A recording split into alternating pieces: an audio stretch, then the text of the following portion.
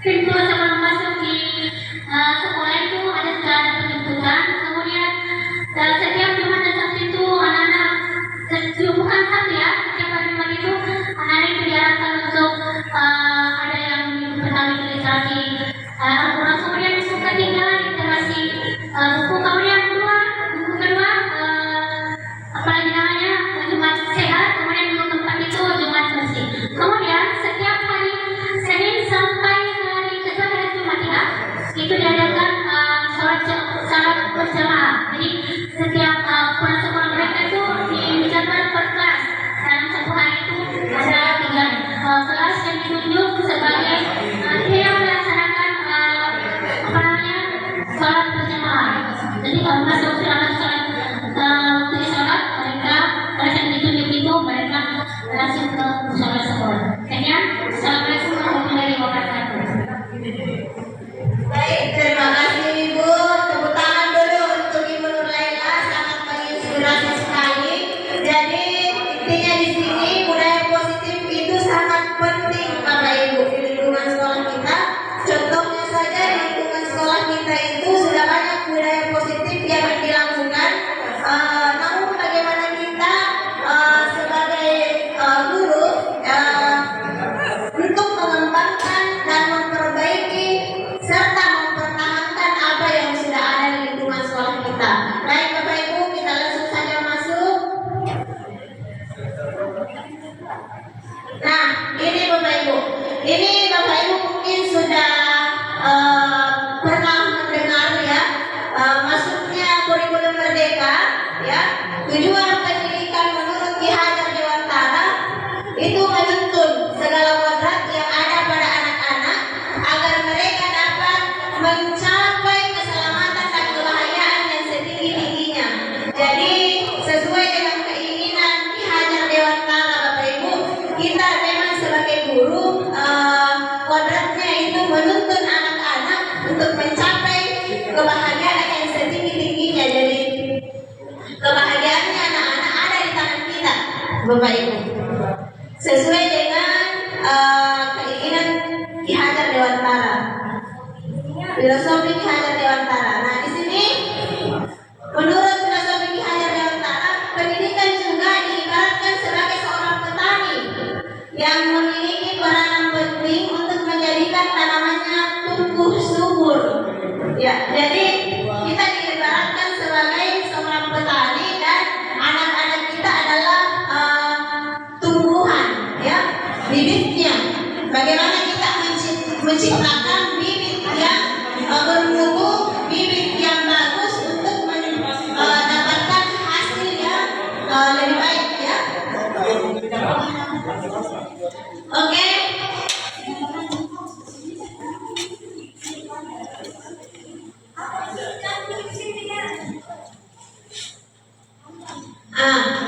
Bagaimana cara berpikir pendidik? Kita dapat memahami bahwa sekolah diibaratkan sebagai tanah tempat bercocok tanam. Nah, sehingga guru harus mengusahakan sekolah jadi lingkungan yang menyenangkan. Nah, ini Bapak Ibu, ini sudah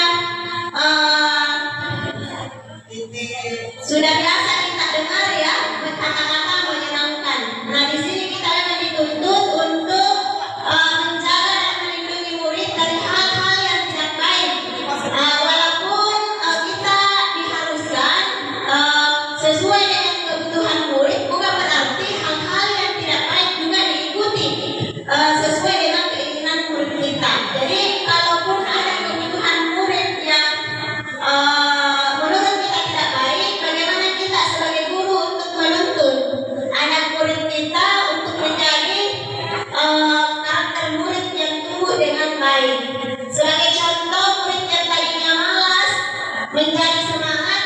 Nah, sudah ada budaya positif yang kita lakukan di sekolah kita Bapak Ibu, yaitu penjemputan di luar kelas, ya.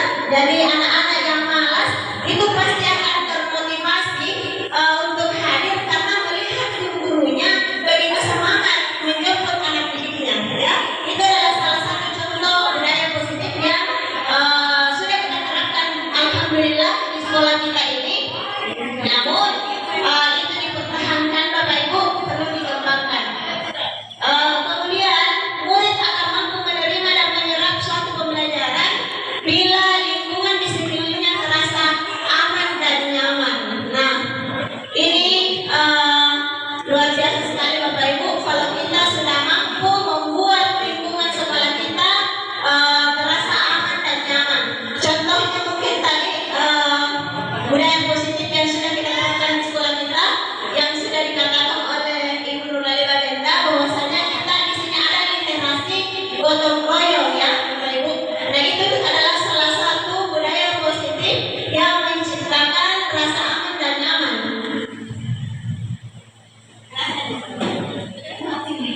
Ya, senior. Oke. Coba sedikit perhatiannya kemari Bapak Ibu. Jadi untuk mencapai budaya positif yang bagus Bapak Ibu, ada beberapa teori yang perlu kita pahami, yaitu teori kontrol. Nah di sini menurut Dr. William Glasser dalam kontrol teori bahwa upaya kontrol yang dilakukan berikut adalah sebuah ilusi. Guru mengontrol murid, semua penguatan positif efektif dan bermanfaat, kritik dan membuat orang merasa bersalah dapat membuatkan karakter dan orang dewasa memiliki hak untuk memaksa. Baik Bapak Ibu, saya sedikit ingin bertanya kepada Bapak Ibu, apakah di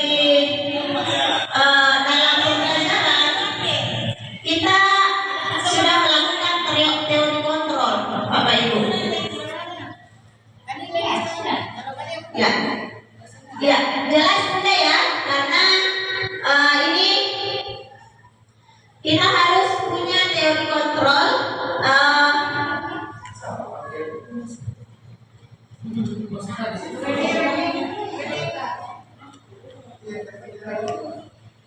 Ya, kalau seperti itu mungkin Ibu Nurlela bisa jelaskan kepada teman-teman teori kontrol yang seperti apa yang kita terapkan di kelas atau di lingkungan sekolah. Terima kasih.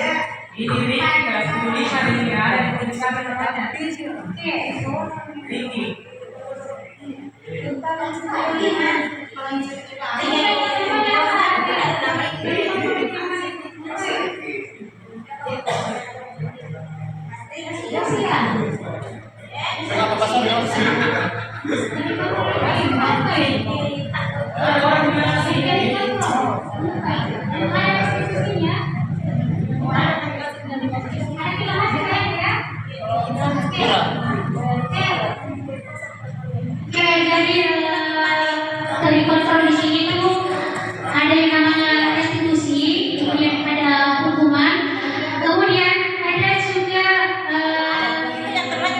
hukuman, restitusi dan apa ada nanti kalau tidak salah saya tidak salah ingat ya, udah ya, ada 3. Oke, jadi di sini restitusi di sini itu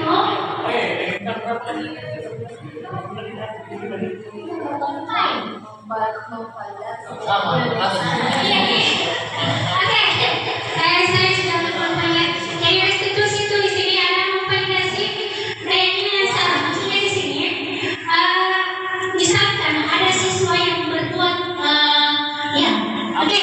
di sini ada posisi kontrol untuk restitusi. Yang pertama ada 5 yang kemarin sempat saya juga bahas ini.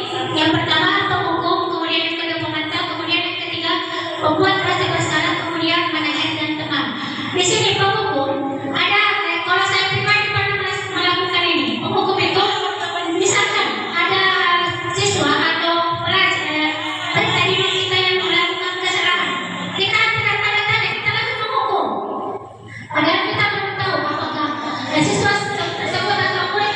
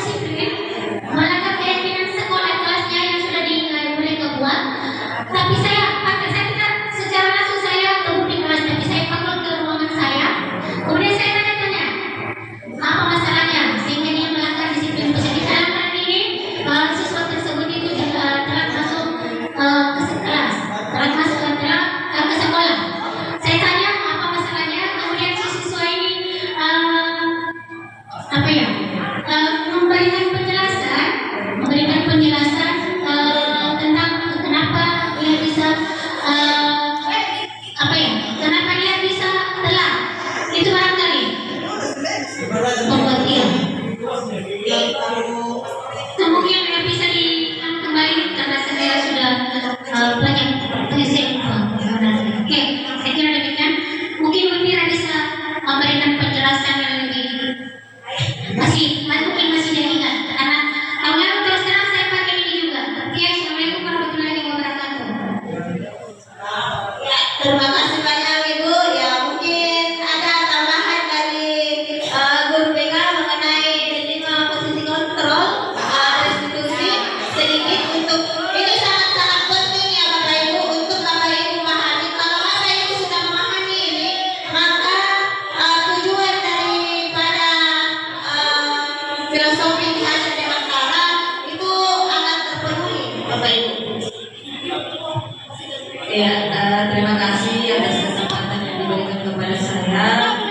Ya, terkait dengan posisi kontrol kita sebagai guru di sekolah, apa yang ditampilkan CGP di atas itulah yang realitanya biasa terjadi di sekolah. Misalnya tadi perhukum ya, biasanya kalau posisi kontrol kita sebagai guru, sebagai perhukum, ada anak yang melanggar, ada anak yang salah. Guru sebagai yang memposisikan dirinya sebagai perhukum biasanya ketika melihat anak atau siswa yang bermasalah langsung menghukum saja siswanya tanpa mencari tahu apa latar belakang apa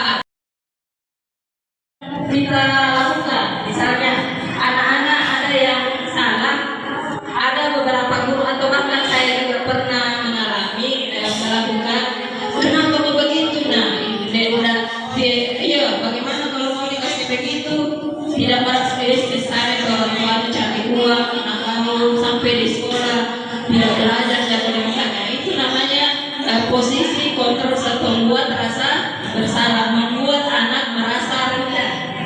Nah, kemudian yang ketiga, posisi kontrol guru sebagai pemantau. Kalau sebagai pemantau, saya rasa juga ini biasa sering terjadi. Ada mungkin di antara kita yang biasa sering melihat anak yang berbeda dari yang lain. Kita lihat saja, pantau saja tanpa mau menegur. Itu namanya pemantau, dipantau saja. Kemudian yang kalau saya melihat dari 5 posisi kontrol ini, yang paling ideal sebenarnya adalah posisi kontrol guru sebagai manajer. Iya, dari yang kelima posisi kontrol ini yang idealnya. Ketika ada anak-anak yang melakukan kesalahan, kalau kita bertindak sebagai manajer, tugas kita adalah memanggil anak tersebut, mau menjadi pendengar yang baik dan melakukan itu tadi segitiga restitusi, memfasilitasi. Semua orang pernah kok, semua orang bisa kok bersalah, bukan cuma kau Jina. Itu saya pakai gitu sini, bukan karena mau ibu hukum, tapi ibu mau tahu apa sebenarnya yang terjadi. Itu kalau posisi kontrol kita sebagai manajer, mencari tahu apa permasalahannya dan siswa sendiri yang tahu salahnya ini dan keyakinan apa yang dia yakini sesuai dengan keyakinan yang sudah kita tanamkan baik oleh wali kelasnya ataupun guru bidang studinya. Saya kira itu saja. Yang paling idealnya posisi kontrol guru adalah sebagai manajer. Ya, baik Bapak Ibu, luar biasa sekali. Tepuk tangan yang meriah dulu untuk Guru BK Anissa. Ya, luar biasa sekali. Ini sudah sangat mewakili saya menjelaskan bagaimana ini kelima posisi kontrol ini, Bapak Ibu. Seperti apa itu penghukum, pemantau,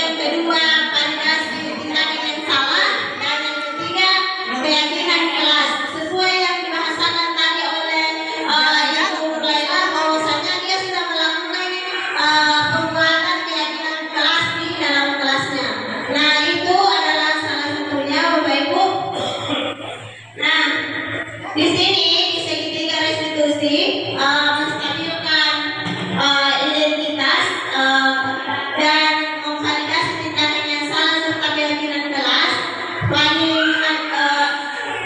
Paling ininya di sini Bapak Ibu adalah bagaimana kita berkomunikasi dengan siswa kita, bagaimana memperbaiki komunikasi kita dengan siswa yang bermasalah, tidak menjatuhkan dan menanyakan apa alasannya siswa kita seperti itu dan apakah dia bersedia melakukan perbaikan dari masalah yang murid kita perbuat. Kemudian kita tanyakan kembali keyakinan kelas yang sudah kita sepakati di dalam kelas. Pokoknya bagaimana kita mengkomunikasikannya dengan baik Bapak Ibu kepada peserta didik kita, agar peserta didik kita bisa mengutarakan apa alasannya sehingga kita bisa melakukan segitiga restitusi. Akan tetapi tidak semua masalah Bapak Ibu kita restitusikan ya, tidak semua. Akan tetapi alangkah lebih bagusnya kalau segitiga restitusi ini diterapkan di lingkungan sekolah kita, karena di segitiga restitusi ini kita berkomunikasi dengan baik kepada peserta didik untuk menyelesaikan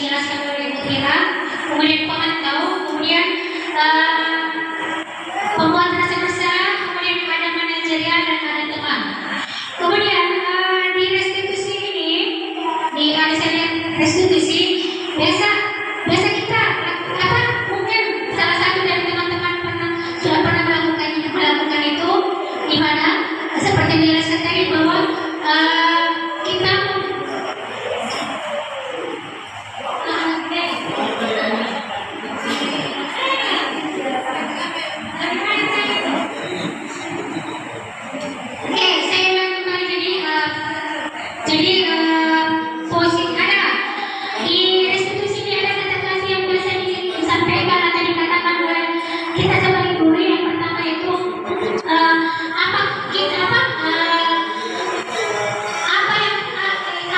yang siswa lakukan itu pernah juga terjadi